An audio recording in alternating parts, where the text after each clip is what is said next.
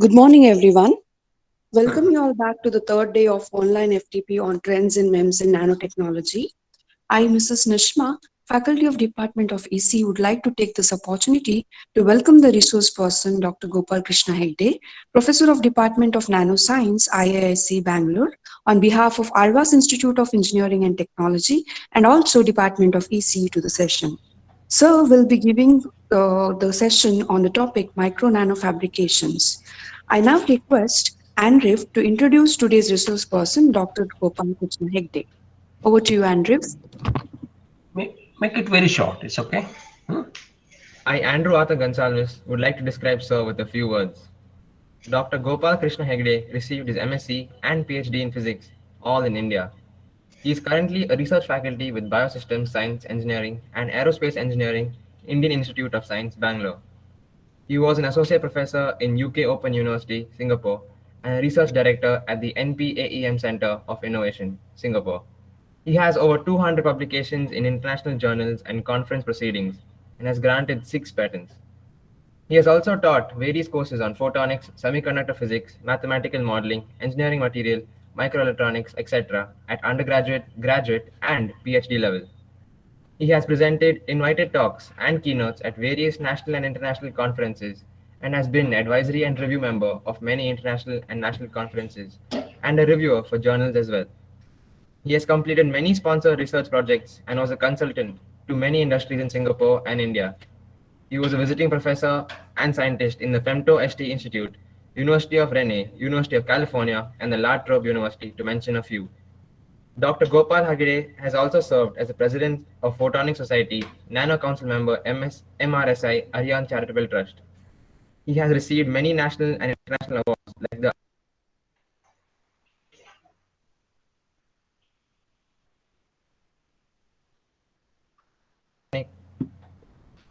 recognizing his contribution in photonic research and education.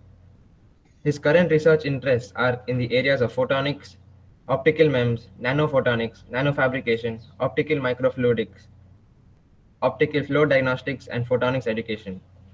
Having said this, I request Sir to take over the proceeding.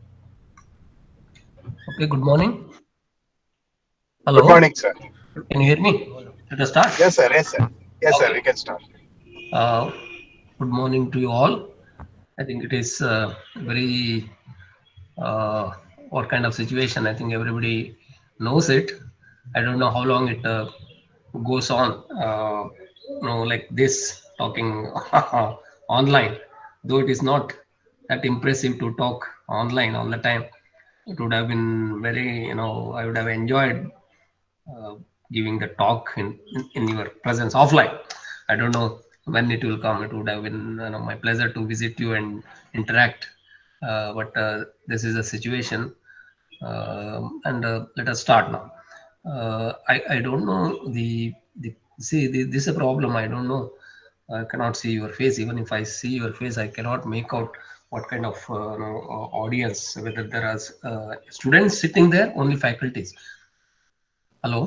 It Sir, is it faculty, is sir. faculty and research scholars. Okay. So, and looking at the title of your, this program, I thought this would be a more suitable topic on micro nanofabrication techniques for MEMS. I'm sure that many of you have been working in this area. So, this is the topic I thought about. This is my presentation. Brief idea what I am going to present here. A brief introduction to micro nanofabrication and technology, where it stands, conventional and advanced nanofabrication techniques, bottom-up methods, materials, and what India can take, and summary of what I'm going to talk. This is what my plan. You can ask questions anytime, or you can ask in the end as well. So it's a kind of interactive. It would have been more effective if it was offline. This interaction is very difficult with this online. I'm very happy to interact, even if you can send emails later as well. So I don't know whether somebody has given similar talks in the the workshop. I didn't see anything title similar to this one. There may be some overlap somewhere. Nothing to worry. I will try to give ideas of this new technology coming up. Okay, so let us start with some introductory thing. This you may be hearing with many talks. So just read this. As you know, this is just dimensional scaling that has been going on for many years now. So ultimate target is an atom dimension. That's where we all hit upon now. The next technology what we are talking about is a quantum. Okay, quantum computing. I think last week I gave some talk on quantum computing. That is ultimate, but we are not reached that level yet. Still we are in the nanoscale. Okay, when we reach 0.1 nanometer and below, we are going to the quantum state. So we are behind that one. So this is nothing but the dimensional scaling. And as you all know, last 70, 80 years, this has been technology we have been enjoying with micro nano. So this is you see is ultimate dimension of the atom, and this is just a generic atomic planetary model. This is okay. This is how the atom looks like: proton, neutron at the nucleus, and the electrons. And this is about 0.1 nanometer. This ultimate goal. And so last 15 years or even 20 years, we have been talking about the nano technology, where we talked about graphene, the carbon nanotubes, and all this is about 1 nanometer. When you roll it, this becomes a single one nanotube. This is a multi-one nanotube that comes to around 100 nanometer. This is about 10 nanometer, and this is about 1 micron size. This is the ZNO nanorods. This is some technique we used. This is, I think, our image, our work of sharp tip hexagonal ZNO nanotubes. It was fabricated in our laboratory. Hello? Hello, sir. Sorry for interrupting, sir. Sir, could you please keep it in full screen, sir? Yeah. Is it okay? Yeah. Not right, sir. Then the next dimension, see, this is the scaling, how it goes up. You can see this. Not right, sir. It's not in full screen. Okay. Now this is about 1 micron. Can you imagine? This is about 1 micron. And if you go to human red blood cell size is about 8 to 10 microns. A cell is normally about 5 to 10 nanometer. We talk microns. We can talk about. And this is about the MEMS tweezer. Okay, MEMS based tweezer. This is about 20 years old technology. Okay, MEMS fabrication, and this is about 100 to 150 microns. See, you can imagine now, this MEMS tweezer can be used to hold this blood cell. Okay, whatever it is. Suppose if you want to hold a single biological cell, what technique you can use? That's where the MEMS comes in. This is a MEMS based tweezer.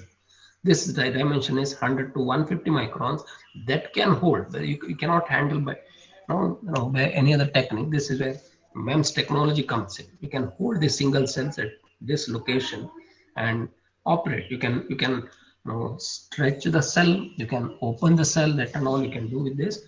And this is how the technology started. And this carbon nanotubes, you all might have seen this one. This is a technology going on. This is, see, when you reduce the dimension of the material, the properties change. The very important thing is electronic, mechanical, optical, and chemical properties of the materials change when they reduce the dimension. If you reduce it in one direction, it becomes a nano sheet. If you reduce the dimension in 2 dimensions, it becomes a nano wire. And if you reduce the dimension of the material in all 3 directions, that becomes a quantum dot. Now, if you look at these optical properties, how they change. If you look at if the dimension of the carbon nanotubes is changing, see, that means the diameter of the tube is changing. You can see how the color changes. Okay, it means the fluorescence it is emitting is changing. So that is because of the dimensional scaling of the materials, the properties change drastically. Now, the uh, the issues will come how to reduce this dimension. Okay, we started with maybe in 1950s, 60s. The technology started with thin film making. Okay, it is a vacuum evaporation, sputtering techniques, and various other techniques came in. Then we started making thin films. So 1950s, that was 1970s, 80s, the same technique, went into lithography technique and higher end lithography techniques, optical to interference lithography. Today we have EBM lithography. That means you are reducing the dimension from 1960s to that is the changes came in because of the other invention like lasers, and we are able to generate UV artificially. Laser came in, so all this led to the development of microfabrication, and today it has reached to a saturation level. We cannot run with the existing technique. Then other techniques came in. Okay, now, why it is nano required? See, nanotechnology has the potential to change every part of our lives. Nanotechnology affects materials, all materials. That is important. You see, ceramics, metals, polymers, and biomaterials. So this is where the things change because nano is more of interdisciplinary. See, that is why the advantage is nano. So till 1980s, even 2000, people thought that the semiconductor technology is only meant for physicists or electronics engineers, mechanical, so not beyond that.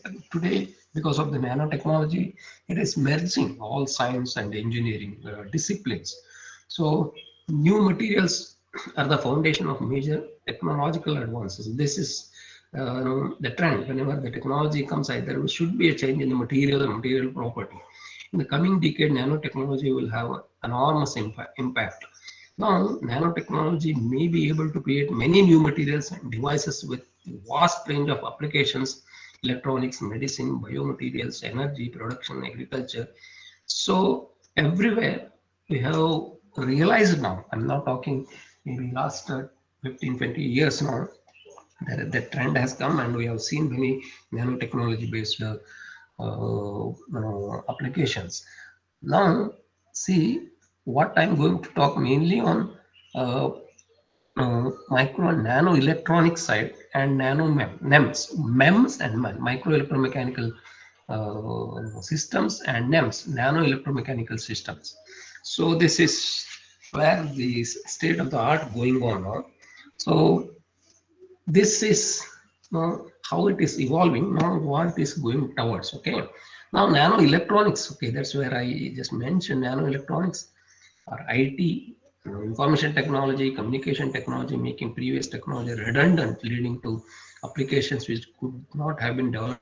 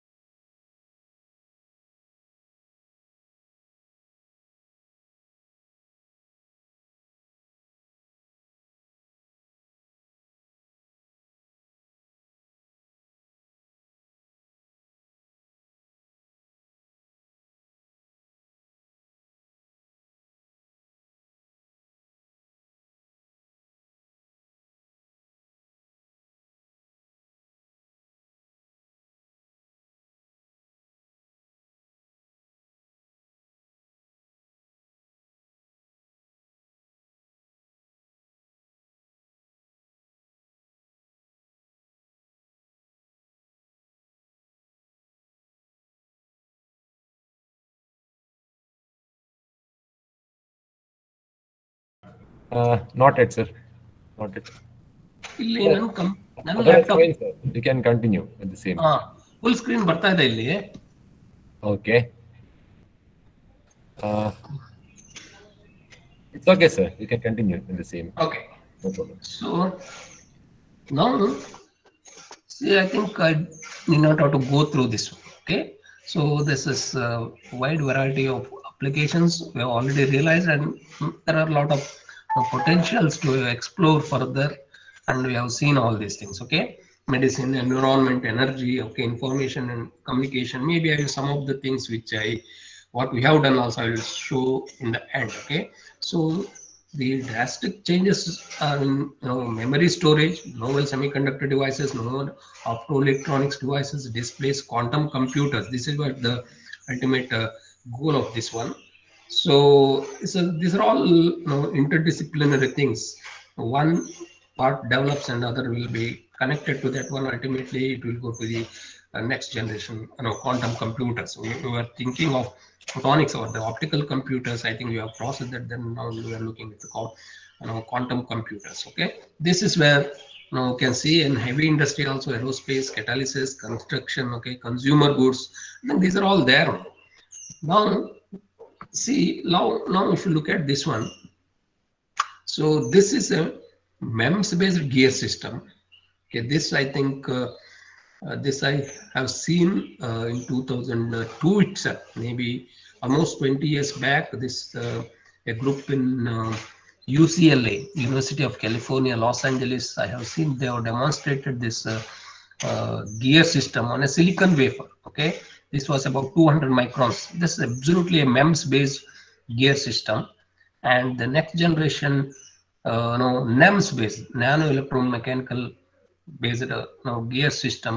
This is where ultimate goal of it is made up of individual atoms. You can see the similar gear system using individual atoms. This atomic level, this is absolutely a nano technique or nanotechnology based system. Of course, this is not realized yet, but this has been a vision, and this has been demonstrated using a simulation. Okay, modeled using 15,342 atoms. They have modeled it, and I think maybe next we don't know when we'll realize all these things. Okay, and individual gear system they have modeled, then they have assembled, they have simulated, they have seen the dynamic behavior of this atom constructed gear system. Ultimate goal. Okay, now this is, I think you might have, I don't know how many of you used this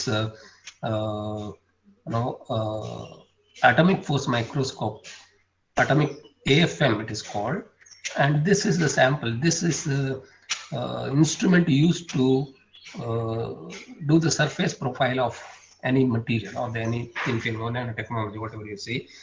So this tip is about 5 nanometers or below, and see what you do is you just scan the surface of the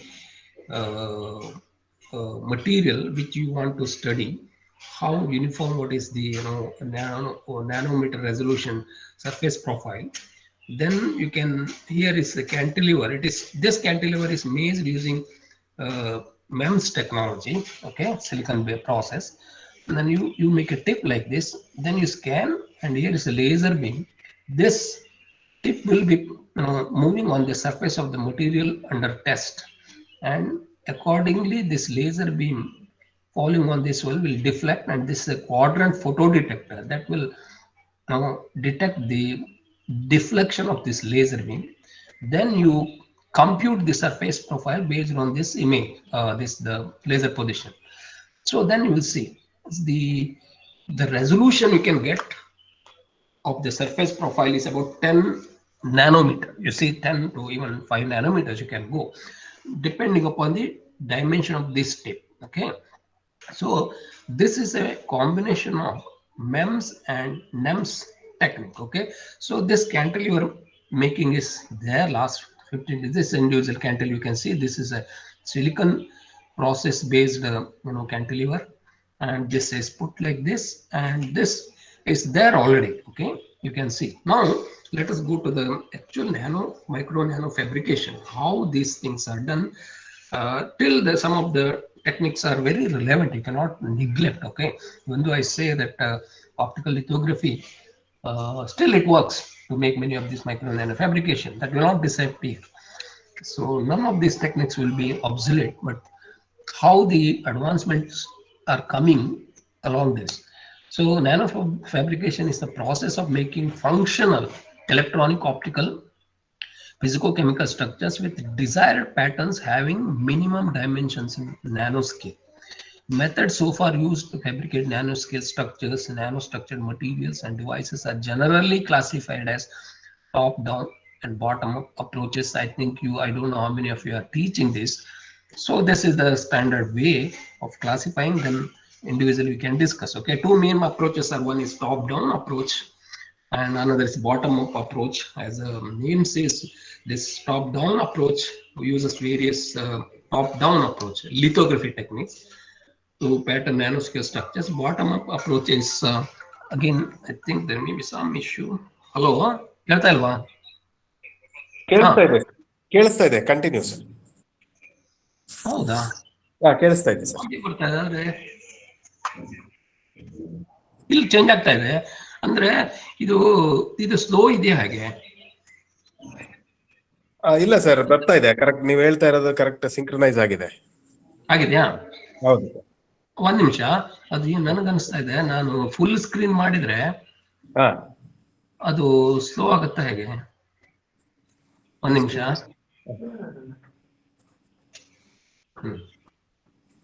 ಒಂದ್ ನಿಮಿಷ.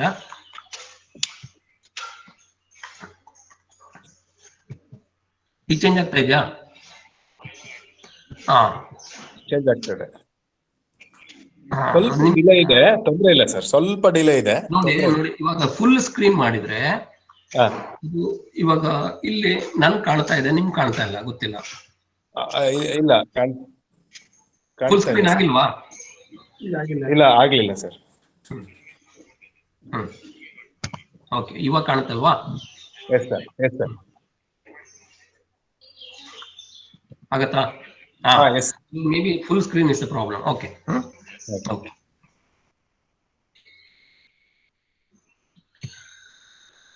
So the top-down approach, let us briefly discuss this top-down approach, then we'll go to the bottom-up approach. Okay, so this is a conventional nanofabrication techniques. This has been there for last 60-70 years. You know this one. Okay, whatever the electronics or mobile, whatever you talk about, what we see, all because of the development that happened in last 70 years in nano fabrication or micro fabrication, so to say. So this microelectronics industry has developed a sophisticated infrastructure for patterning nanoscale features by conventional lithography. There are two types, dominant method and types of dominant techniques here. One is photolithography and particle beam lithography. So it started somewhere in 1970s. I think today we have the technology that goes to about around 60 nanometer scale length. That's what, in a transistor, the gate dimension determines the dimension of the device and integration of the transistors in a chip.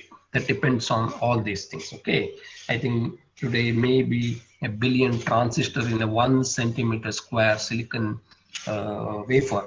See, that's what I would have shown you the entire big silicon wafer and how it is done, but because of this online method we cannot show anything. Okay, I had a 8-inch and 10-inch silicon wafers and how this processed wafers, all I could have shown, but now it is not possible. Whatever it is, and you see this is a very complicated technology. I think you all know, even though it is already 70 years, the technology has been there. In India, we are not able to do any of these CMOS based chips, and I think we have only one that is in Chandigarh, that is ISRO's, There they make, but some MEMS-based devices, not memory chips or processors. We are not able to bring the technology in this country because it is so sophisticated, and you need to depend on a lot of other countries, because you cannot make a silicon wafer, you cannot make any higher end lithography based equipment, even simple, except some thin film coating units. We are not able to this. I don't know why.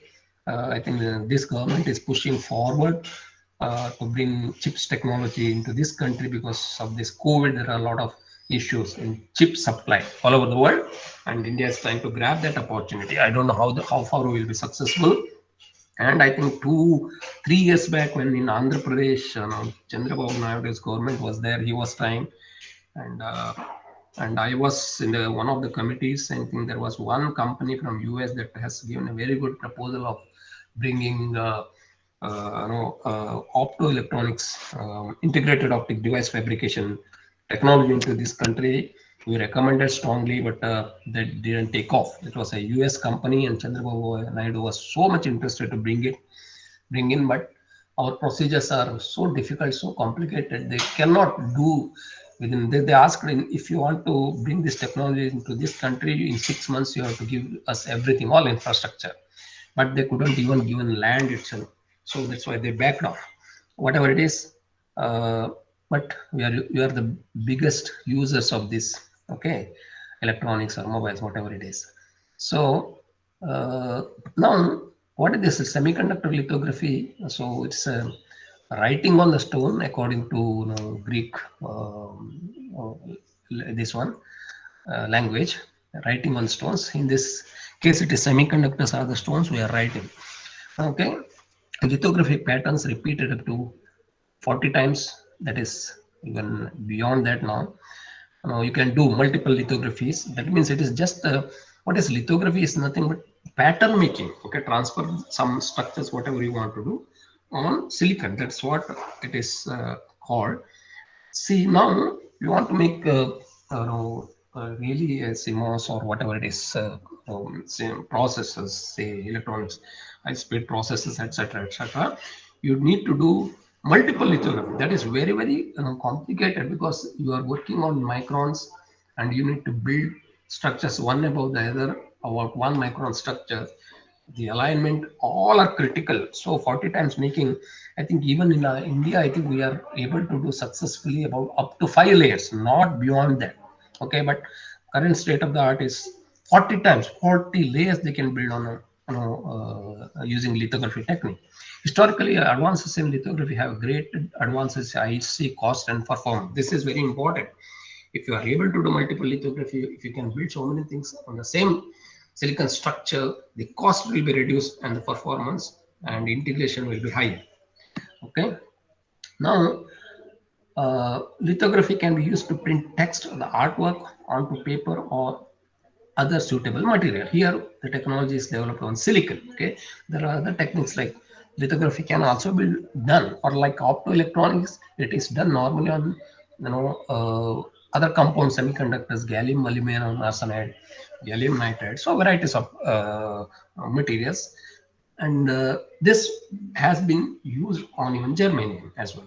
So nanolithography is a branch of nanotechnology concerned with the study and application of fabricating nanometer scale structures and patterning with at least one lateral dimension between the size of an individual atom, and approximately it is 100 nanometer. So nanolithography is used during the fabrication of leading edge semiconductor integrated circuit and nano electromechanical systems. Okay, this is where the complication comes. Okay, how to handle this, how to control this one, but people have achieved this. Okay, now there are varieties of lithography techniques. Okay, photolithography is the one to start with. That is one. Now still it is existing. Okay, cannot. There is a spelling. Okay, sorry. Then nano imprint lithography, contact printing, nano patterning, soft lithography. Okay, Liga, another one, pens, patterning by etching, nanoscale, magnetolithography, and interference lithography. So what we talk about is photolithography. Most of the now, again, okay, techniques are used, but depending upon the requirement, what is the feature size, minimum feature size one wants, and what kind of application, what is the resolution required, all based on all these requirements, one of these techniques will be selected. The most frequently used is photolithography up to 5 or 2 microns dimension. Minimum dimension is 2 microns. When you want to go beyond below 2 microns, say 1 micron or 500 nanometer, you can use even interference lithography. This is the best technique, and all industries are using this interference lithography technique. Okay, so is it changing now? Okay, now optical lithography, which has been predominant patterning techniques since the advent of semiconductor age, is capable of producing up to sub 100 nanometer patterns with the use of very short wavelengths. Okay, this lithography depends what kind of wavelength you use. You can normally it is, because shorter wavelengths, you all know, it is UV and deep UV, and as long as you can generate the wavelength up to 193 nanometer. Okay, optical lithography will require the use of liquid immersion and post resolution enhancement technologies, phase shift mask, okay, optical proximity correction. There are various other techniques depending on the limitations with optical lithography. You can do something advanced with that attachment. Okay, see, it is already realized that below 22 nanometers optical lithography is not possible because of the diffraction property of the light. You cannot do optical lithography when the requirement is below 50 nanometer. Okay, now, so manufacture of devices depends on selective processes. One is high resolution lithography patterning, precise registered alignment between lithographic levels, removal of the material, that is etching, addition of the material is the deposition, modification of the material. You know that the doping, you can change the property of the material by doping some other material, okay, host material and the base material. Then implantation, diffusion are used here. Very again complicated techniques. Then characterization at each critical step of the process flow. This is very important. All these things have to be done carefully. Then very important thing here is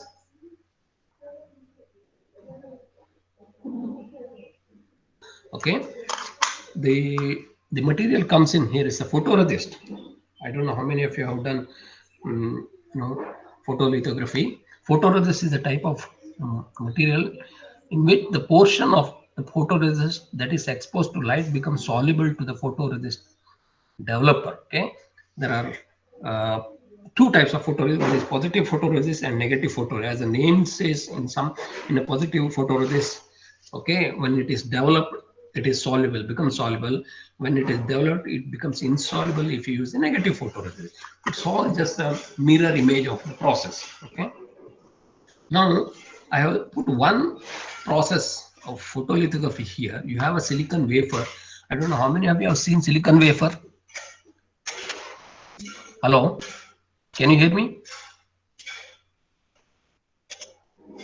Hello.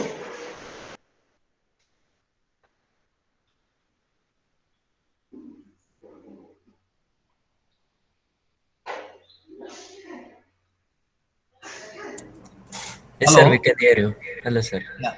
Okay. See, silicon wafer. How many of you have seen? Okay, I can't hear. How many of you use silicon wafers, bigger wafers? Okay, whatever it is. Okay, here I have shown the process flow here.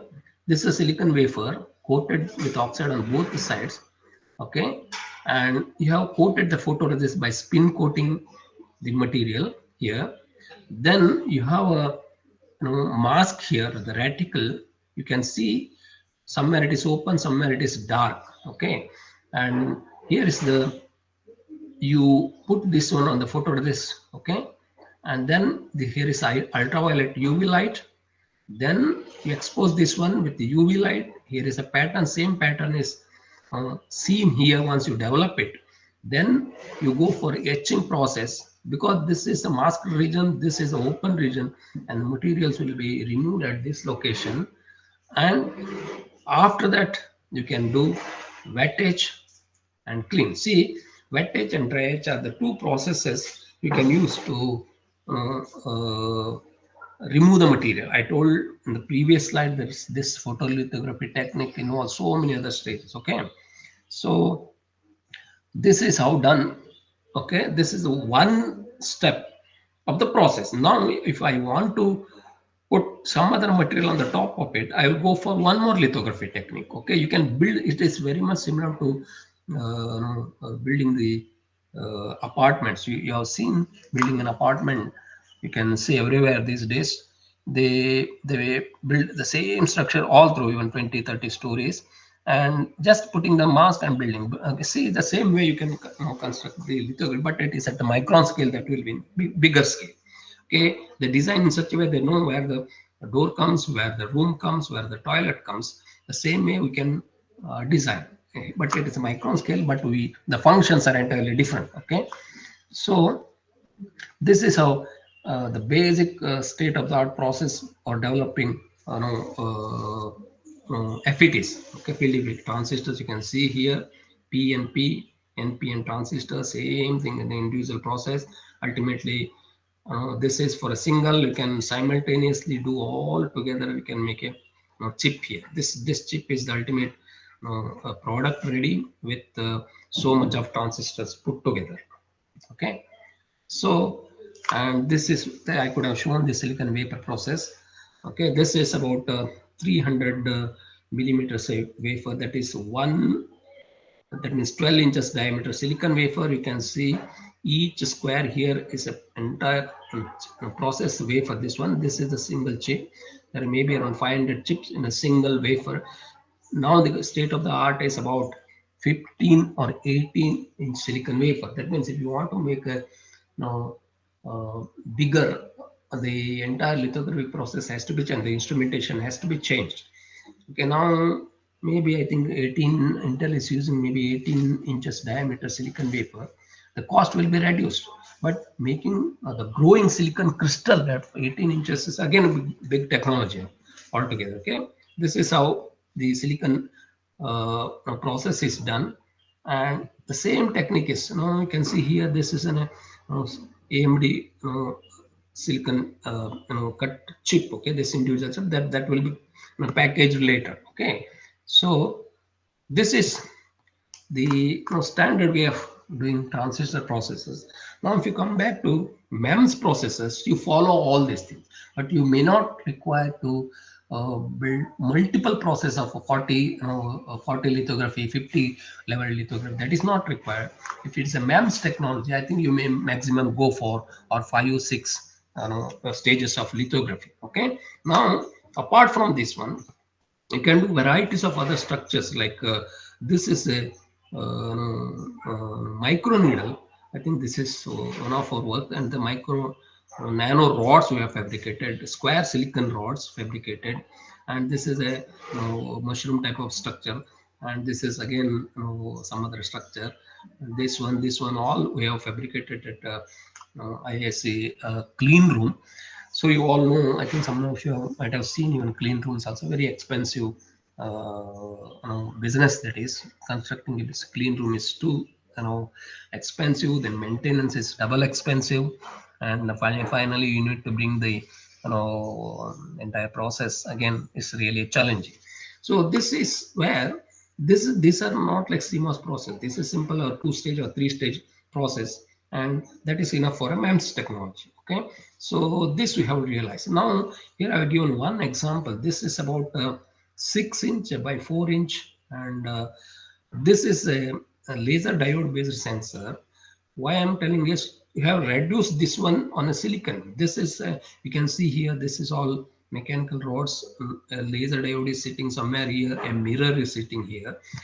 This is optical MEMS, opto-electromechanical systems.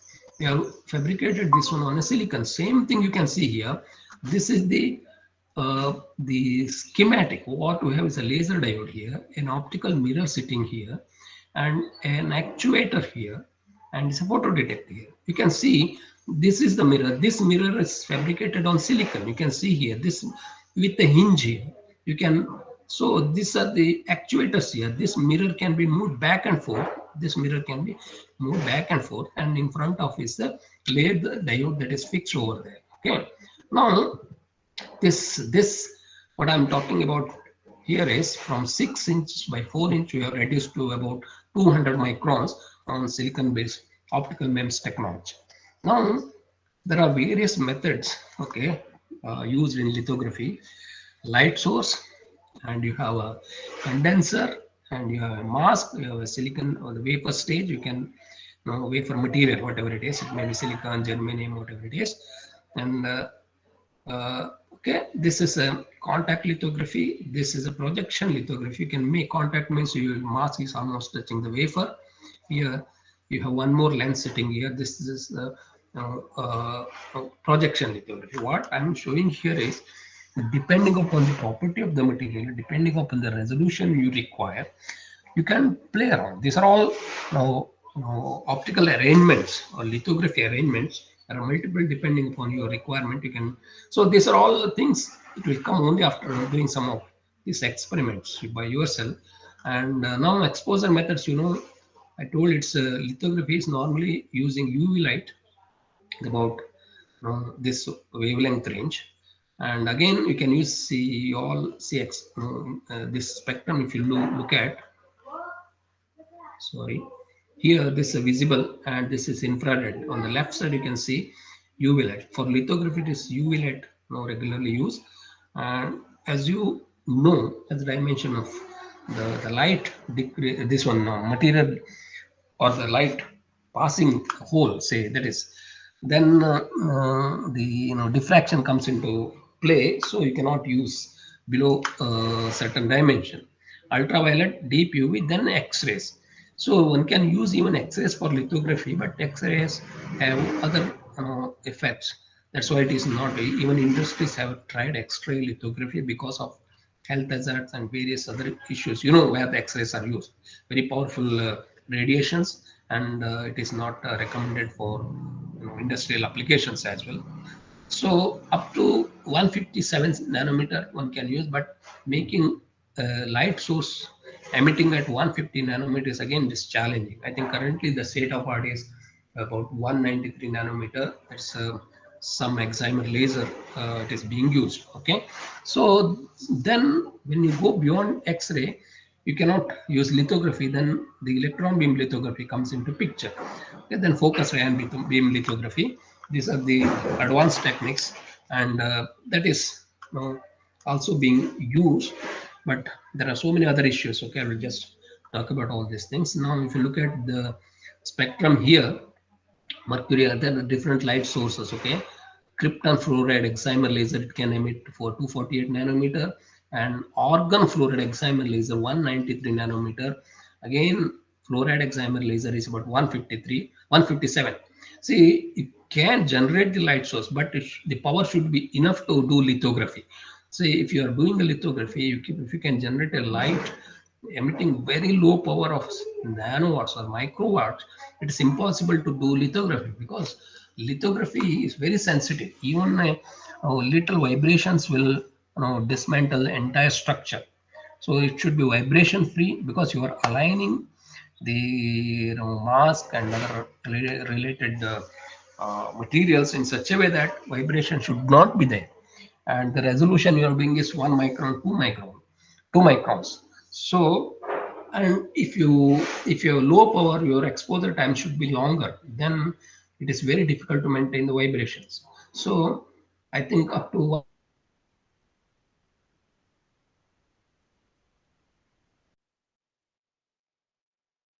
there are a table showing here.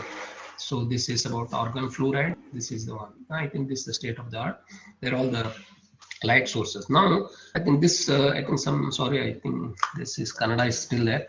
I was giving talk this one in Kannada as well, whatever it is. So this is the problem when you are making lithography, and this is your mask. You say you have the dimension where the light has to pass through for pattern transferring, you can see the diffraction here. So if this is your silicon, the diffraction will spoil the the resolution of the structure you are looking at. So this is a wavefront. I think this also will give you a best example how this diffraction limits the resolution in photolithography. Now, another important thing is mask fabrication is also very, very important. You can,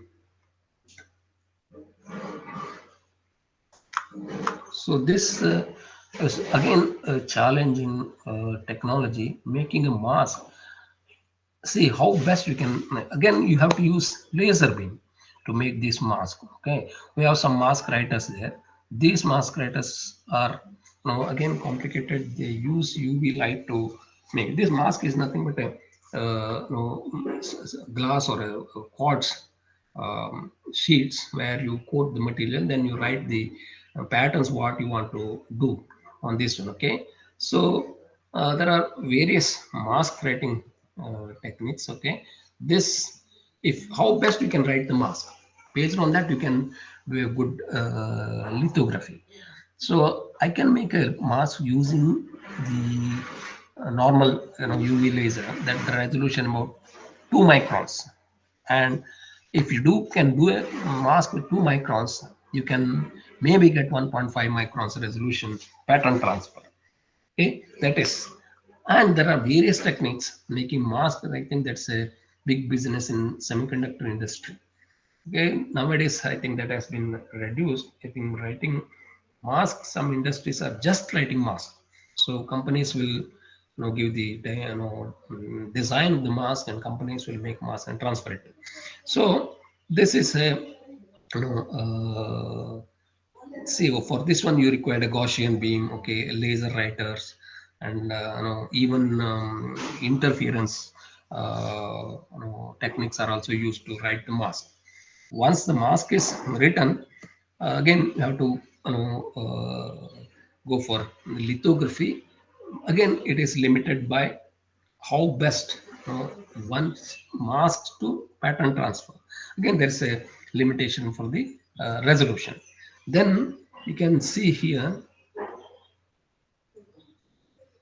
okay, then the mask aligners, write the mask, and mask aligners are the one where you actually transfer the pattern on the silicon wafer. Here, this is the one of the mask writers that is well-known, EVG 620. I think this model we are using in ISA as well. And you can see here, I don't know whether I have the picture of that one. So this one, this is the light source, and here the alignment arrangements here. Your mask is coming here, your silicon wafer is coming, it's all automated, and switch on, this system is so automated that it will decide the exposure time, or you can decide the exposure time and you can give it, and the pattern will be transferred. So this, okay, this is a technical state of the art. It is now becoming older, and other advanced techniques have come. So what I would like to say is, optical lithography is well established, it is still being used, and when you require a resolution of 500 nanometer and below, optical techniques have some limitations because of the diffraction of the light. So the next technique is X-ray lithography. As I mentioned, though you can do some microns, say below 500 nanometer, you can do some patterns using X-ray lithography, and see, having short wavelengths below 1 nanometer, X-ray overcomes the diffraction limits of optical lithography, allowing smaller feature sizes. If the X-ray source is not collimated, as with synchrotron radiation, elementary collimating mirrors, diffractive lenses are used to place the refractive lenses. So very, very complicated optics have to be used to handle these X-rays. Okay, and it is hazardous, as you all know. So even though it is possible to do some submicron structures, but it is not recommended and it is not used as well. So there are limitations I have mentioned. All these are here. Okay, secondary electrons, they create issues. Okay, so this maximum minimum resolutions, okay, sidewall roughness also will come, and it will cause other damages on the material. So these are all the limitations with X-ray lithography. So next state of the art is advanced lithography technique. So this is also called particle beam lithography, and as the name says, it's a particle. Instead of the electromagnetic radiations, what we use particle beam lithography. So what is this particle beam lithography? There are varieties of particles are nothing but we are talking at nanoscale. So particles are normally atoms, electrons, or even subatomic particles. Okay, the focused ion beam, as I mentioned, or the electron beam. Two techniques are well established, and I think this you might have seen somewhere in this slide. Okay, electron beam lithography is uh, uh, everybody uses this slide. In this famous talk, he has mentioned that okay, there are still possibilities. Okay, uh, it is a standard statement, everybody uses it, and this is one of famous students who has written okay this book, like plenty of room at the bottom, posed a challenge to print a book page of the area of 25,000 small times smaller than the standard print size. And one of his students has written the entire book, okay, Charles Dickens' book on this, 6 micron square area. He's written the entire book, and this is the start of the nanotechnology. Now, what is this electron beam lithography? Instead of the electromagnetic radiations, we are using E-beam, electron beam. The name says electrons are used for exposure or the lithography techniques. In this, okay, what it is done is electron beam lithography is a technique of emitting beam of electrons in a patterned fashion across the surface covered with a resist film. It's called the resist. Okay, it's also a photoresist, and selectively remove either unexposed or non-exposed regions of the resist. So developing this is entirely the same technique of optical lithography. Instead of optical beam, we are using electron beam. As you all know, here also the photoresist is used. I don't know why it is called photoresist. Actually, it's an electroresist.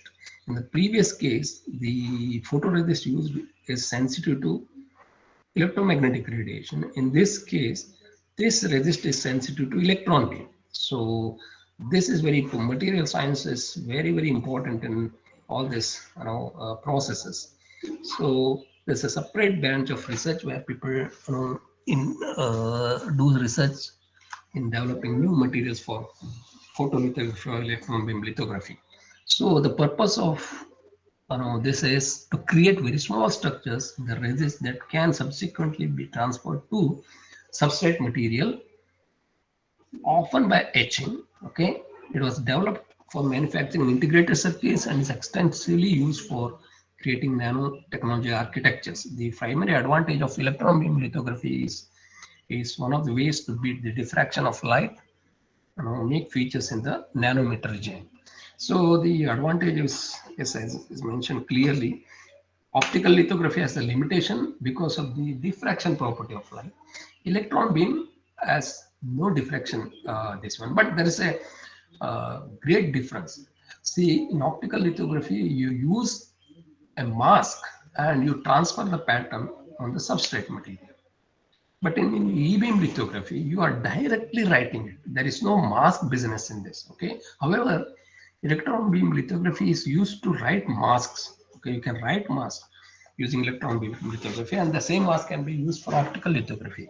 But in electron beam lithography, it's a direct writing. Okay, so there is a table which I have given here. Why use electron beams? Okay, so if you look at this table, optical lithography, okay, high speed for large shapes. Okay, you can see, as I mentioned, you have a large mass, you can simultaneously expose millions of transistor patterns simultaneously. You use a bigger wafer, say 18 inches, 15 inches wafer. Simultaneously, you can expose. Okay, there's a parallel exposure, entire field exposed at once. Then light diffraction limits minimum feature size. Okay, you cannot do the pattern below 1 micron, very difficult. So used widely in production environment, this is well established. Now, if you come to E-beam lithography, high speed for small complex patterns, you can generate patterns up to 10 nanometer. 10 nanometer. Today, the state of the art going is 10 nanometers pattern can be generated. Okay, this is point by point exposure limits the throughput. Okay, as I mentioned in the beginning, see, it is direct writing. There is no pattern transfer using a mask. And here, resolution is up to few nanometer, 10 nanometer I mentioned. Optical lithography is a diffraction limit, but this can go up to 10 nanometer. And this technique is still widely used in R&D, research and development, not in the production environment. It has not gone to the production level. However, masks are being written using E-beam lithography. Maybe down the line in maybe 5 years, 10 years, we may see this technique is used in a standard production environment. Now, if you look at sub 10 nanometer patterns using E-beam lithography and zone plate using the HSQ, it's a photoresist. Okay, and this is our. You can see this line is about 10 nanometer. This the width of these lines. Thousands of lines are written. This is seen under electron microscope. Okay, zone plate.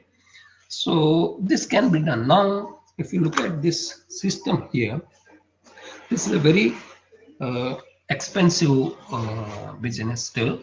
One of the model, this is the outdated model, maybe I can say now.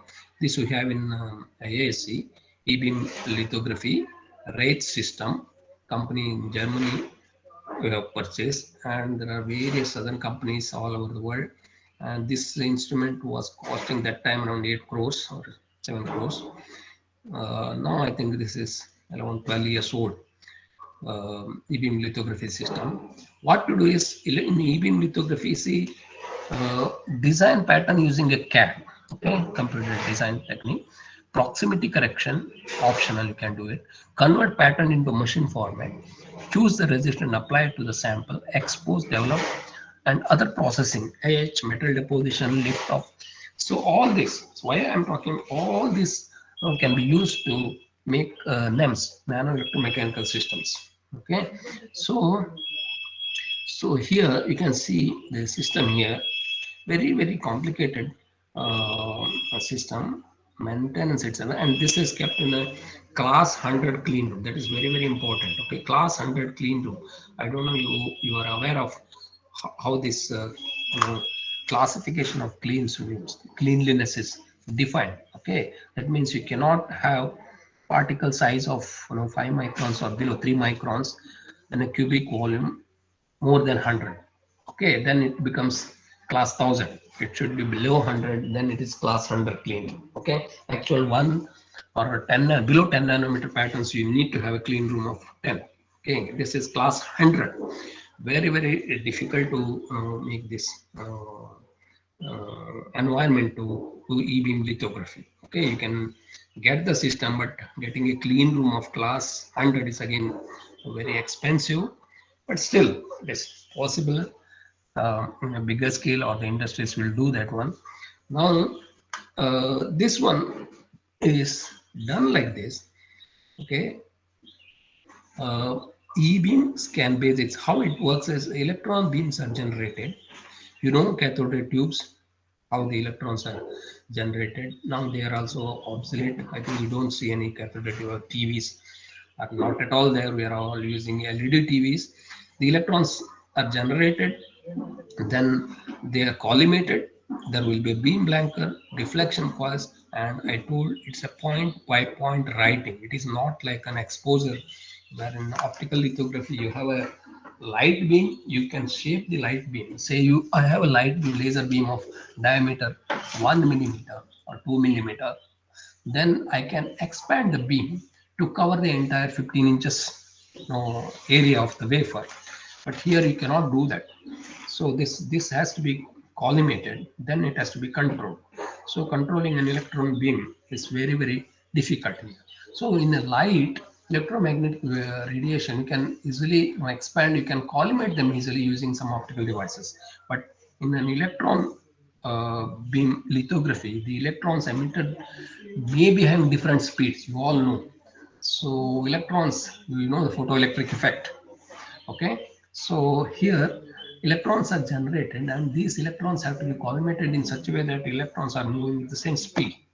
That then becomes collimated beam. Then you control the electron beam such that you can control in such a way that the required pattern can be written on the substrate. Now this is the inner this thing. Just to give an exposure how difficult to maintain this instrumentation. Okay, here you hear electron gun here, gun alignment, then condenser lens, then beam blanker, electron optics here, beam aperture, projection lenses, deflector, and this is where the workstation comes in. So in between all this you have to control. Okay, so now you know that. So electron beam lithography is as well as an SEM arrangement, scanning electron microscopy. How the scanning electron microscopy works, you also know that one. There also electron beam interacts with the materials and the reflected, the secondary electrons you collect and you image it. That's where here you use the electron beam to write the pattern, and simultaneously you can have an SCM imaging. So that's how it is done. Okay, so no, don't worry about the sources. There are varieties. Modern electron optics utilizes two types of field emission electron sources: cold cathode sources, then thermally assisted Schottky sources. Okay, these are all the varieties of electron guns, and this is how it is written. Okay, see here, aperture alignment coil, beam blanking electrode. So why this beam blanking is repeatedly coming, you know that once the electron beam are generated and collimated and start writing, you cannot stop it. Okay, so you have to use a beam blanker, because to write a pattern of nanometer scale, you should have a very stable environment. First is the clean room, vibration free, and also very stable electron beam, very stable. That's any power fluctuations will lead to variations in the electron beam energy. Okay, so these are all very complicated things. Unless until you maintain all these things, you cannot make actual patterns of nanoscales. Okay, so this is pattern writing strategies here. You see here, this is the electron beam. Okay, so now there are two. Now you can see a spot pitch, beam off, beam on. The dark is beam on. So as I mentioned, the diameter of this electron beam is about 6 nanometer. If that is the instrumentation which I talked about, there are advanced instruments these days. I think they have about 2 nanometer diameter electron beams. Okay, so what we use is our 6 nanometer beam spot, and there are two methods of pattern transferring on electron beam writing. One is raster scan, another one is vector scan. In the raster scan, the beam spots are moving and go to the tilde and okay, and come back here, right, beam off again. So this was the pattern you have written here. In this technique, the beam spot will not move till the end. Okay, it will just go and come back here. There are some advantages and disadvantages.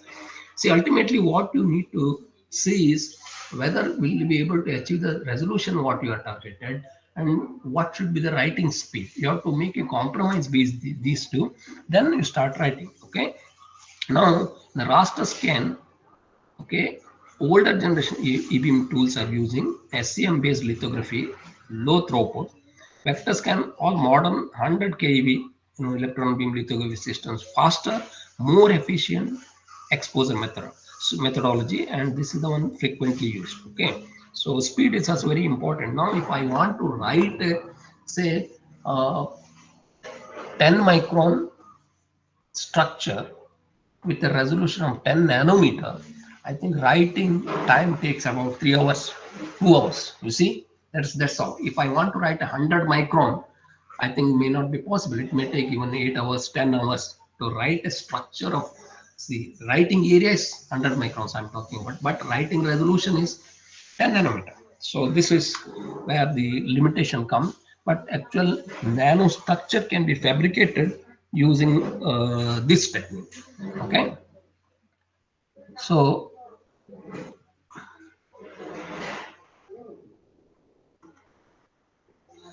sorry. Okay. Now, if you look at a Gaussian beam versus shaped beam. Now, see, this is a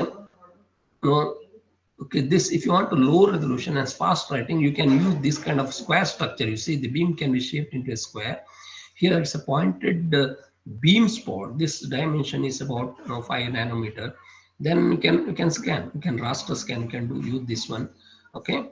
And if you have a shaped beam already, the writing speed is okay, faster.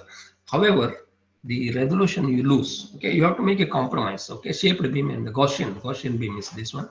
So it's even though you can achieve very good resolution, writing speed will be very long. That means it takes long time to achieve that large area writing. Then there are so many other issues coming into. Okay, so it's an electron beam. You have to make a compromise in these things. Okay, resolution, current, and dose relation.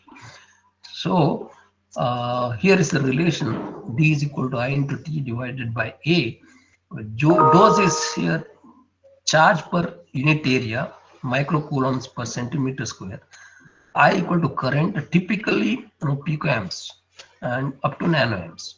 Area is of the single beam, that is a pixel size, around 1.5 nanometer to 1.6 nanometer square. Then clock frequency, okay, and current, stage moves. See, all this play a crucial role here. Now, see, there are two types of E-beam systems. One is fixed beam, moving stage. Another one is moving stage, moving beam, fixed stage. So if the beam is moving, when you are crossing the 1 millimeter area, the resolution you lose. Okay, that's why beam is fixed. Stage can be moved to achieve large area writing. That's it. You have to make a compromise here also. There are different types of E-beam systems, and if it's a large area, what you need to. If it is just a resolution, but forgetting about the area, only minimum area, then you can use fixed beam and fixed stage as well. Okay, these are the ways, and lot of these things have to be designed earlier before you design and you plan your dimensions and look at the resolution of the instrument. Then you go for MEMS or whatever it's NEMS fabrication.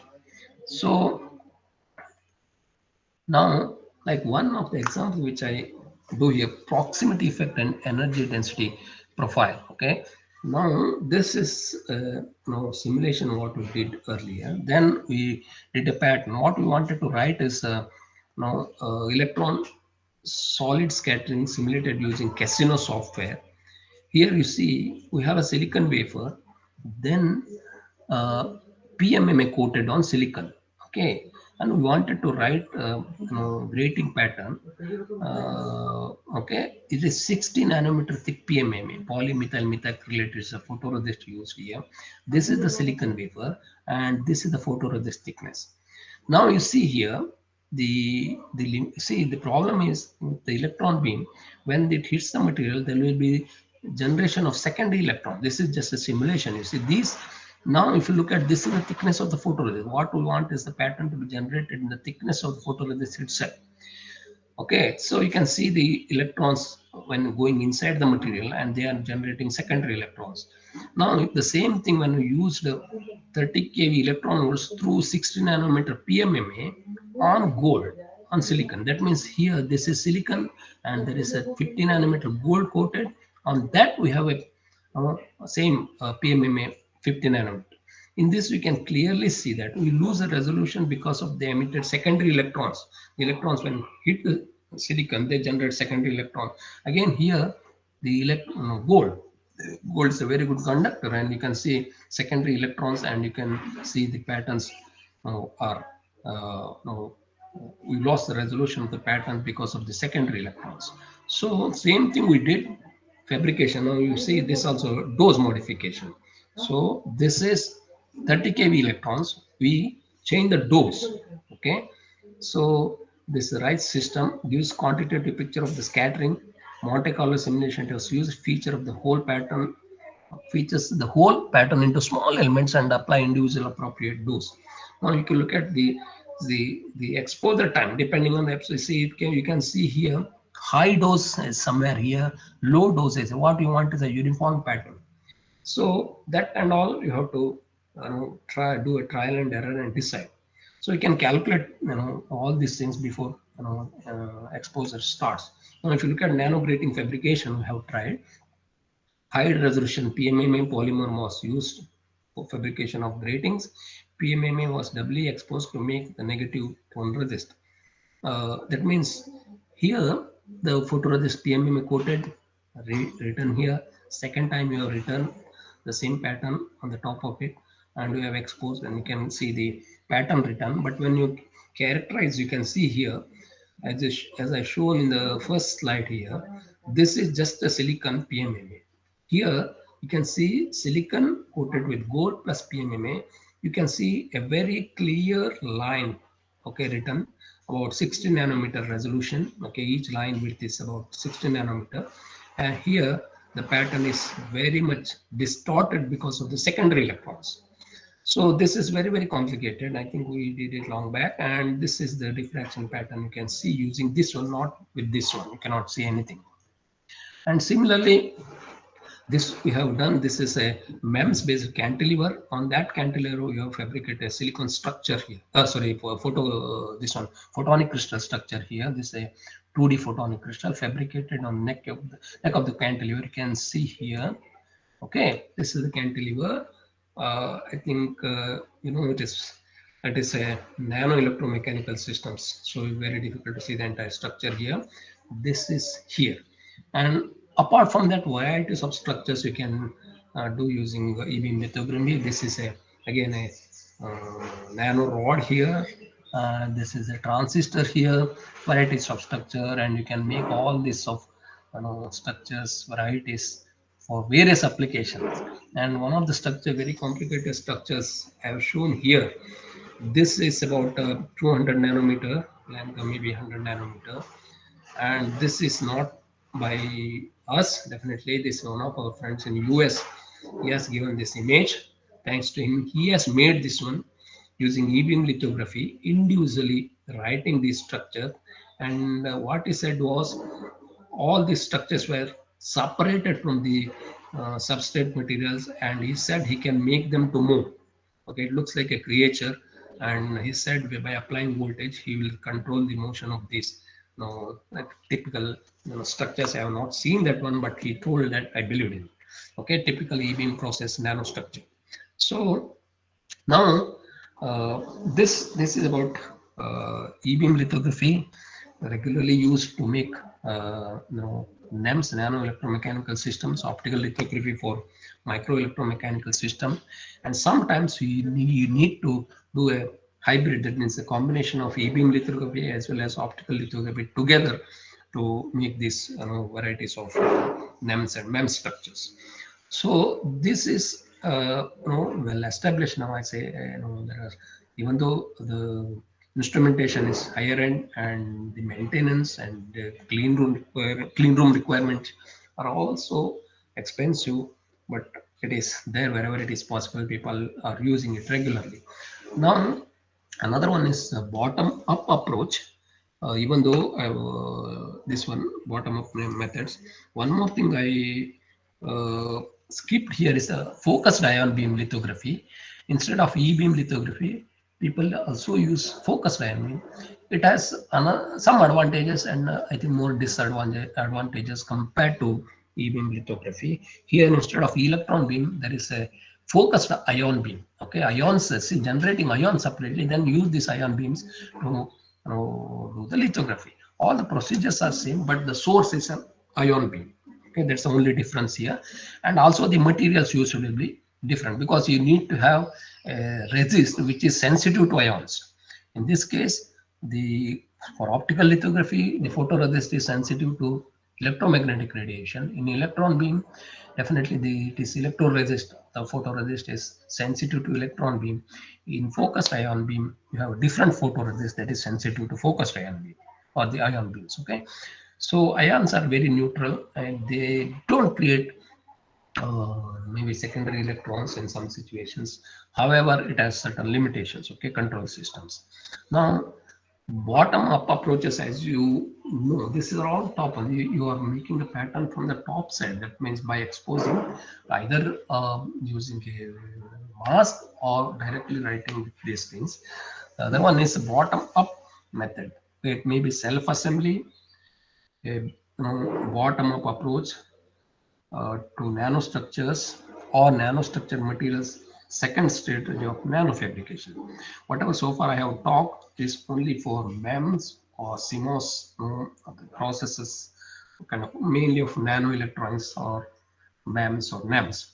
Here what I'm talking about is a bottom-up approaches, that is for various other sensors fabrication or for medical drug delivery kind of applications or many other environmental applications or even agriculture applications.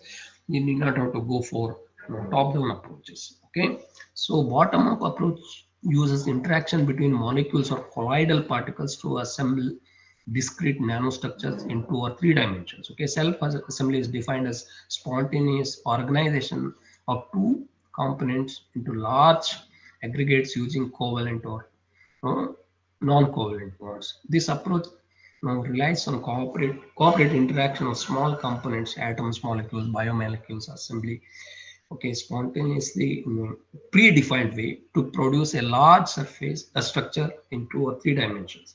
That means real nanostructures we can fabricate, large area also you can fabricate, and it many of the situations it may not require a clean room because it's a chemical process, you can do it anywhere. So okay, there are various methods like sol gel method, PECVD, LPCVD, PLD, okay, then hydrothermal method, various other chemical reaction methods.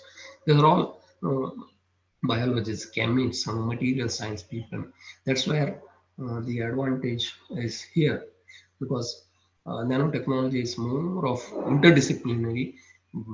People with any background can step into and start working. It is just a only thing is you need to have some characterization techniques minimum to make sure that what you have fabricated is of nanoscale.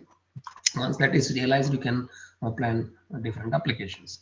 Now this is a self-assembly as this picture shows. Okay, so head group or the linking group, backbone, okay, linking chain, specific terminal group, it is active group.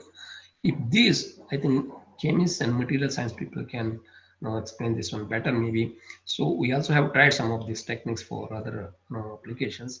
This is how it is done. This, as it shows, this is a bottom up approach. Okay, you can fabricate like this, and of monolayers you can even generate single layer structures using self assembly, and you have to choose interact with the chemists and come out with a process and chemical reactions, and ultimately you need to characterize all these things, then only you can say nanostructure. Now one of these techniques what we used here is a nanosphere, okay, or lithography. Is actually it's not lithography, but it's a pattern transfer only. This is one of our work, very old work. Okay, metal enhanced fluorescence on silver nano triangles. Okay, okay, what we have done is we have taken a substrate, we have coated a polystyrene spheres.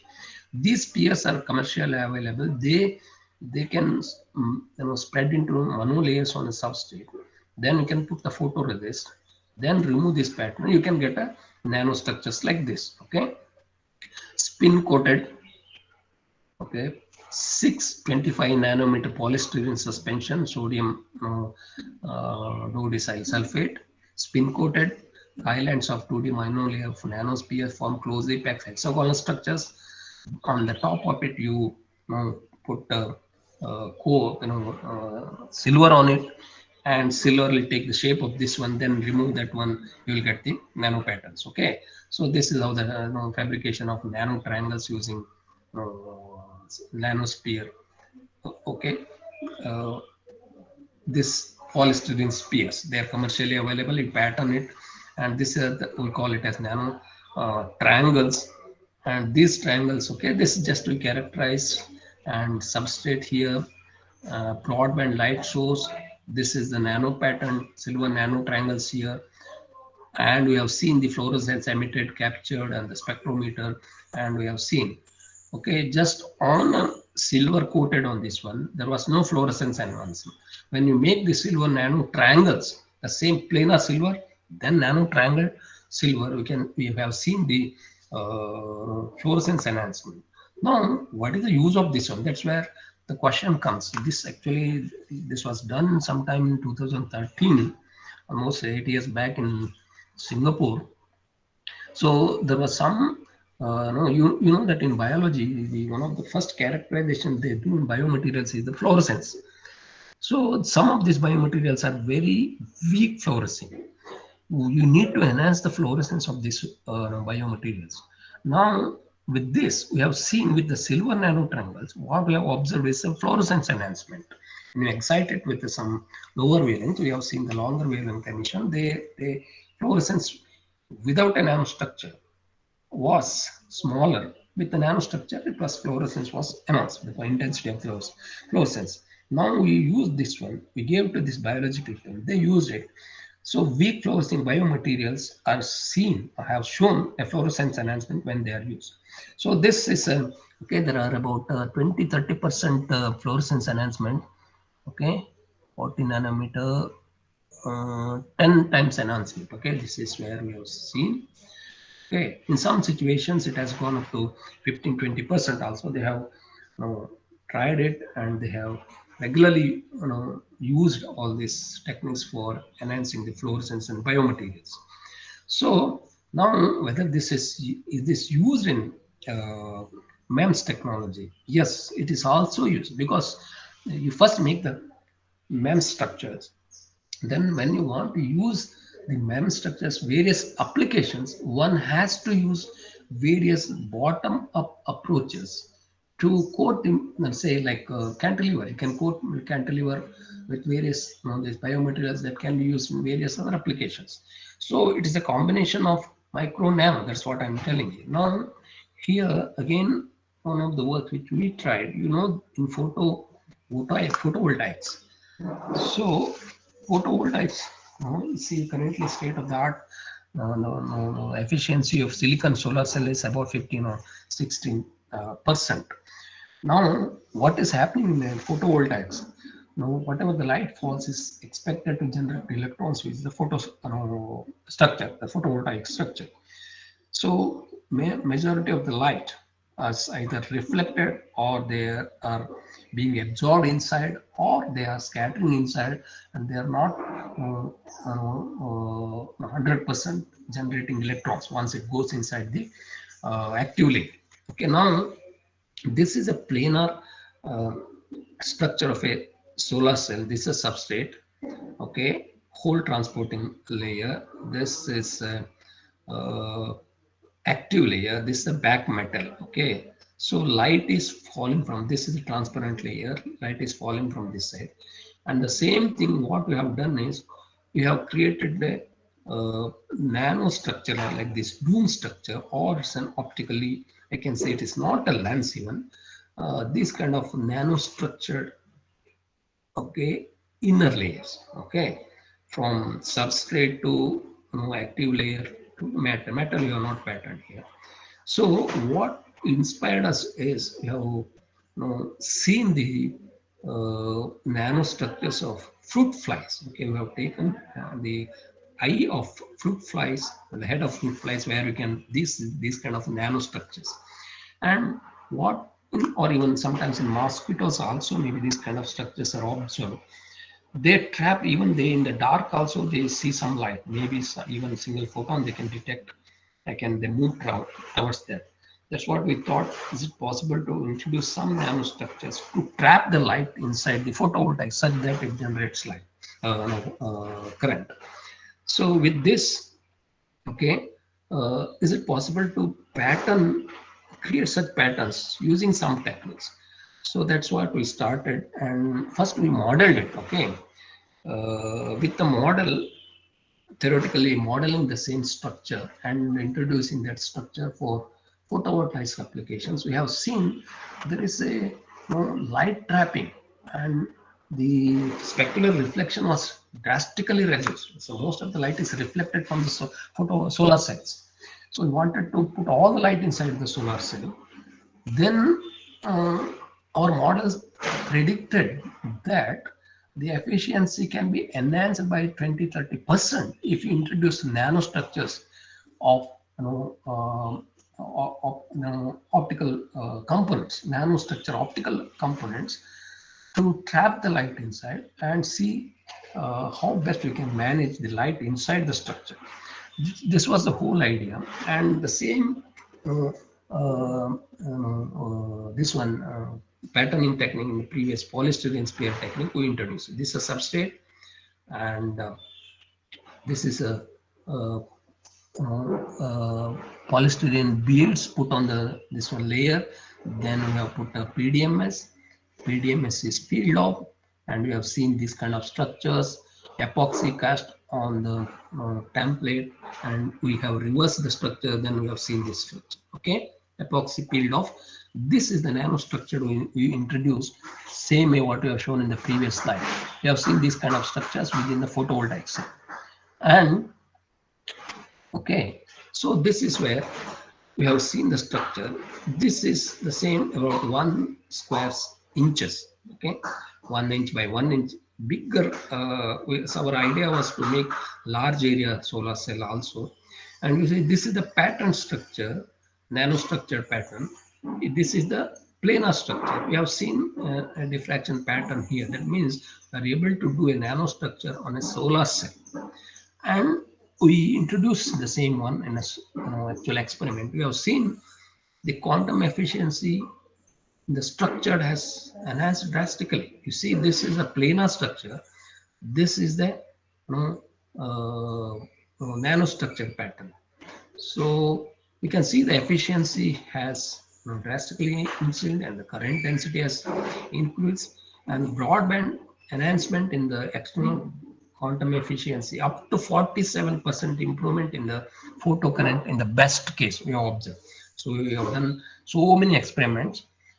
On an average, as you know, I think you have to repeat it many times.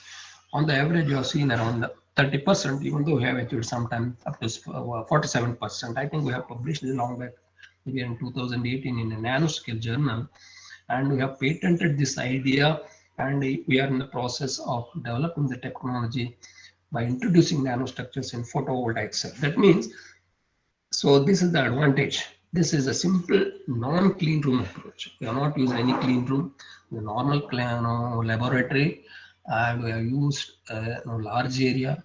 And I think we are interacting with BL to bring out this technology. You can see the model has shown clearly that, see, in a broadband dip in specular reflectance, okay, this is a structure, okay, percentage reflection is reduced drastically. In the planar, there's a larger reflection of the broadband source. And okay, I have shown here specular reflectance is reduced, and if it is broadband source, so solar spectrum, you see here, because of this nanostructured surface, the light enters, it is deflected like this. Okay, it cannot escape from anywhere. So the light is being trapped, and it will be contributing for the photovoltaic effect. Okay, this is the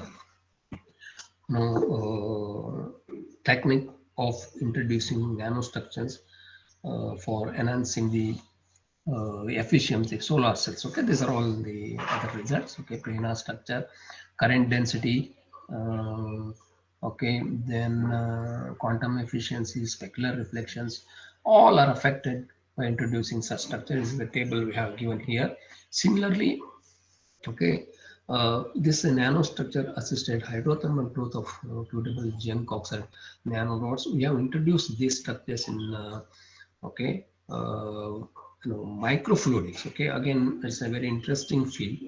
This we have used in microfluidics for enhancing the electric field. Okay, this is an example of a tipped structure where if you apply 1 volt at the tip, you will see 100 volt because of the sharpness of this tip. One will be the voltage will be enhanced, and that we have introduced for cell lysing in microfluidics. Okay, I think this is working well. And recently, what we have done is again a simple hydrothermal growth of 1D nano rods and nanotubes. Very, very interesting phenomenon. I think this one of my PhD student has done this.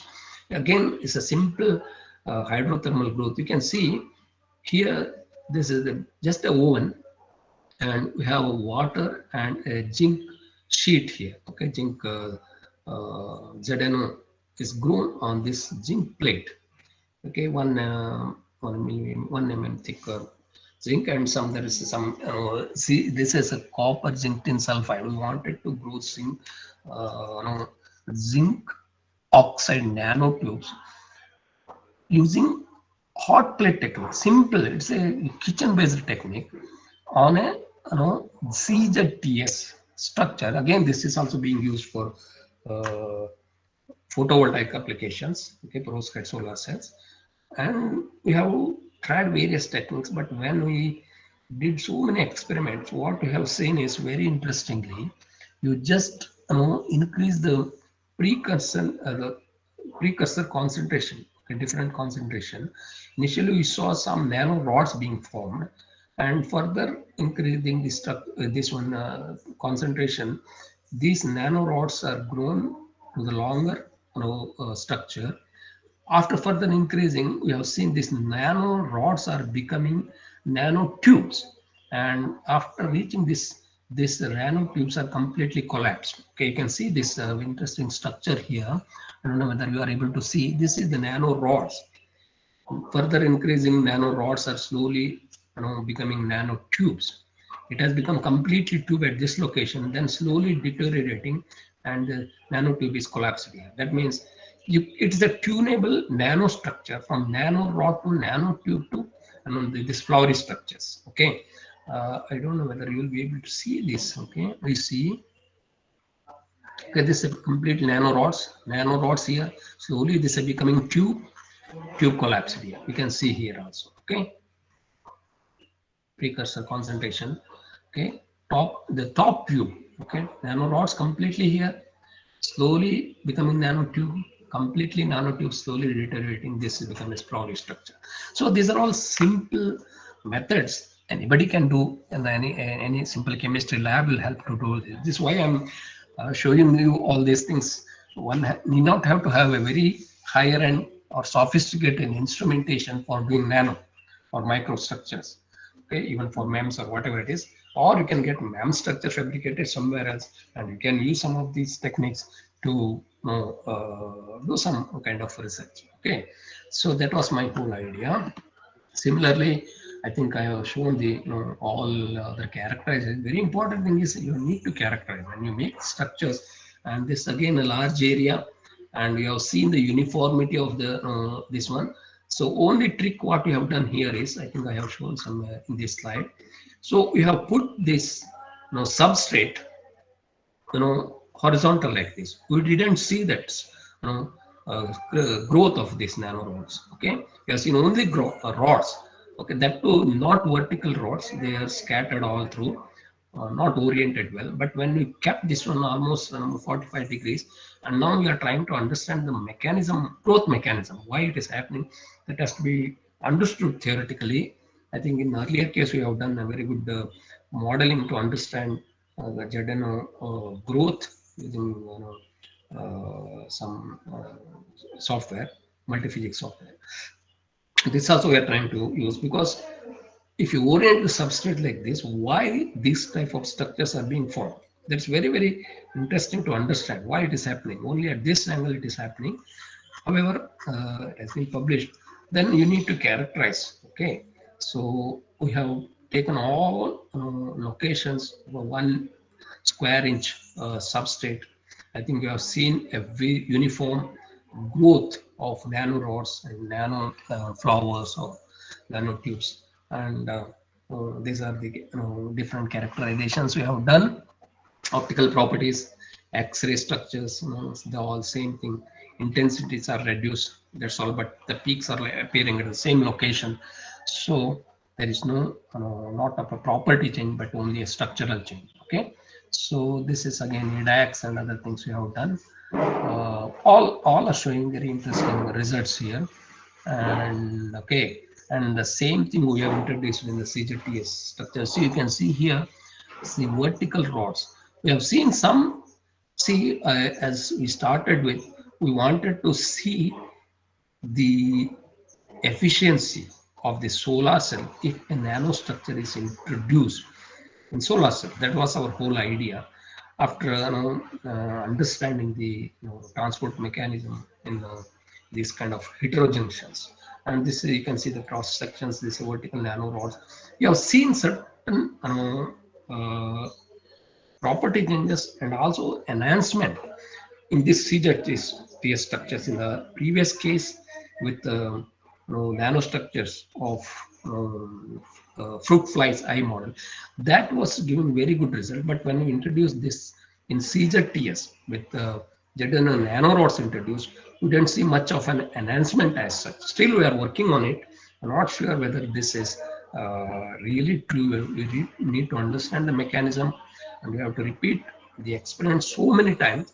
We have seen some enhancement, but it is, we are not sure whether this kind of ZNO structures are giving anything. Okay, now this is what I wanted to talk about. Now, what is this nanotechnology opportunities? I think this is very problematic. Because of this one, I cannot show the animation here. Okay, can you see this one now? Hello?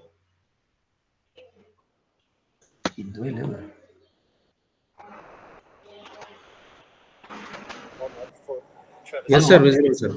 Okay. Now is it visible? Yes, sir. Hello? Go ahead, sir. Okay. So one is basic research, another one is technology development. Okay, I think I cannot do any animation so far of this field. Okay. Now new frontier, opening ideas and product development. These are all interrelated. Now we have these countries, okay, all over the world people are talking, but some countries, advanced developed countries have achieved so many technologies in nano, but I don't know where we stand in. So these are the overlapping areas. Okay, basic research, technology development, product development, new frontier, opening ideas. These are all the Venn diagram I can show. Very, very important. So what we need to do is understand then development and go here. Okay, and from here the ideas start, and this also can come from this technology, this also come from this. So these are all interrelated ultimately. So this is where we lack the coordination, technology development to product development.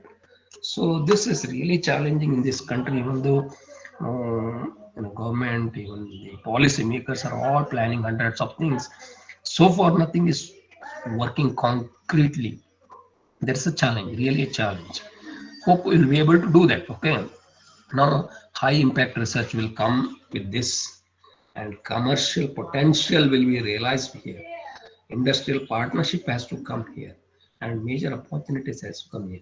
So these are all very, very difficult when it comes to the technology development and commercial commercializing things. That's where we have a really challenging situation where we compete in the world in this technology is really not clear where we stand. But with the support of the government, I think recently a lot of indigenization is happening. Some at least smaller things are coming up. You can see every product India makes. We are having that make in India symbol. Whatever, whenever that comes, you believe that that is made in India. Hope one day we will see many things coming up in this country. Particularly, what we can take in this technology is really not clear. Whether can you take front-end technology, which I showed all this, IC fabrication, MEMS fabrication, is it really possible? And we have been trying for so many years now, and the world has gone somewhere. Maybe I think we are still 50 years behind. Maybe I don't know, because we are not able to make any processors so far. Even if you take that one, okay, let us start doing the CMOS process in this. Now, where you start? Where you start? Okay, will you start with a 50 years old technology, or if you want to start new one?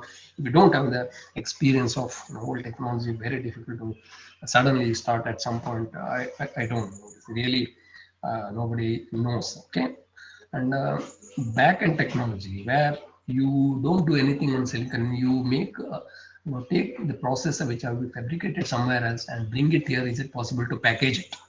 Okay, backend.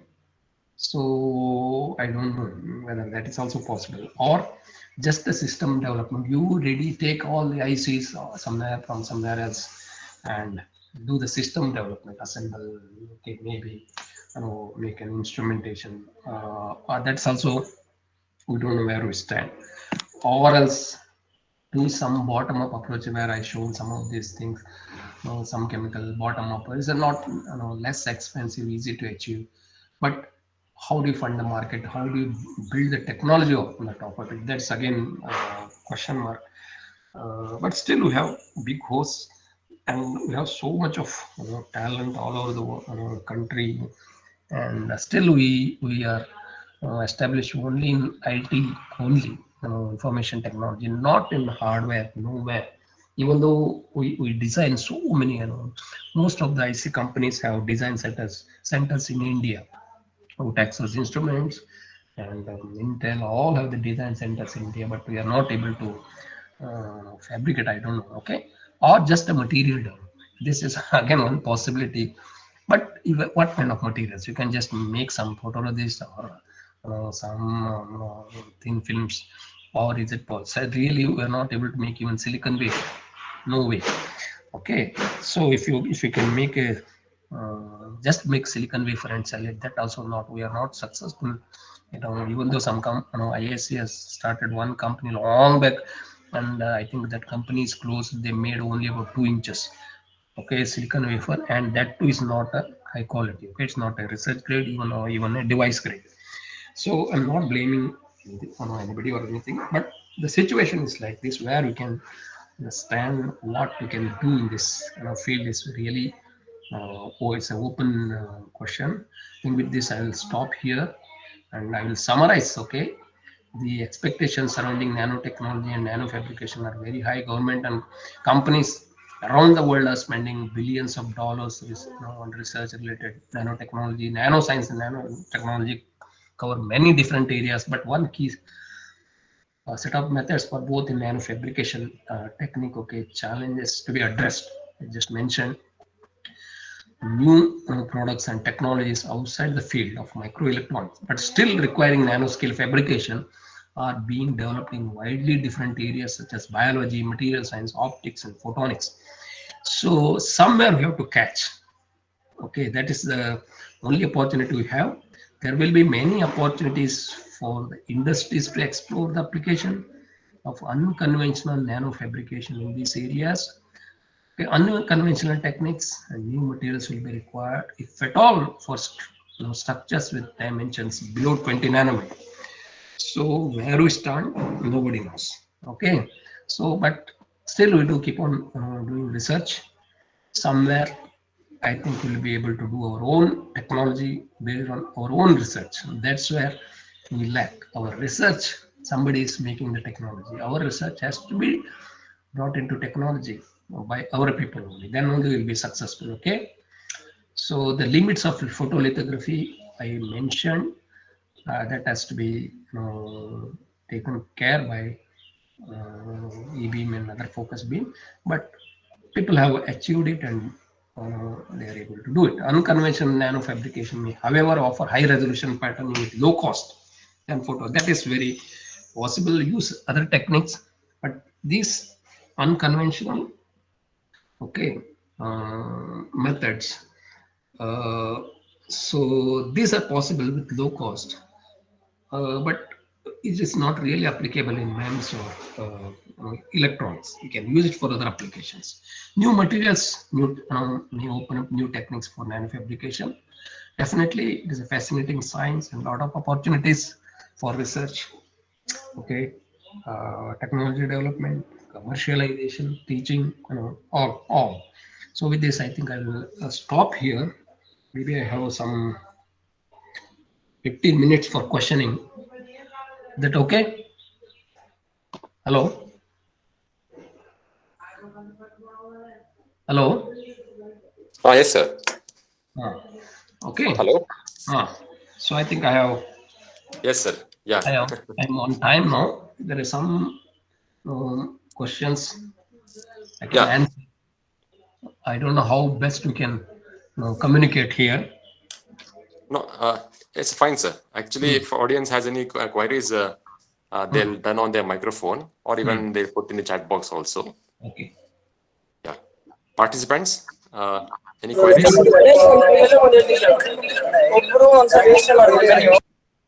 Hello? Hello, participants, any queries?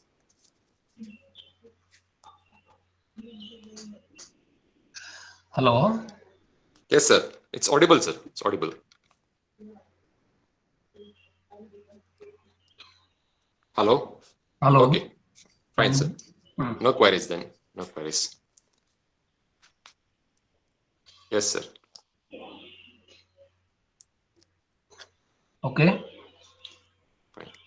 Sir, anything to convey, sir? Or is the presentation done? Thank you all for your attention. I don't know how impressive it is really. This is the way we have to live with. It is very difficult to communicate with you people. I cannot see you. Hope that some ideas I'm able to give. Thank you all for your attention. One second, sir. One second, sir. So please be online. Please be online.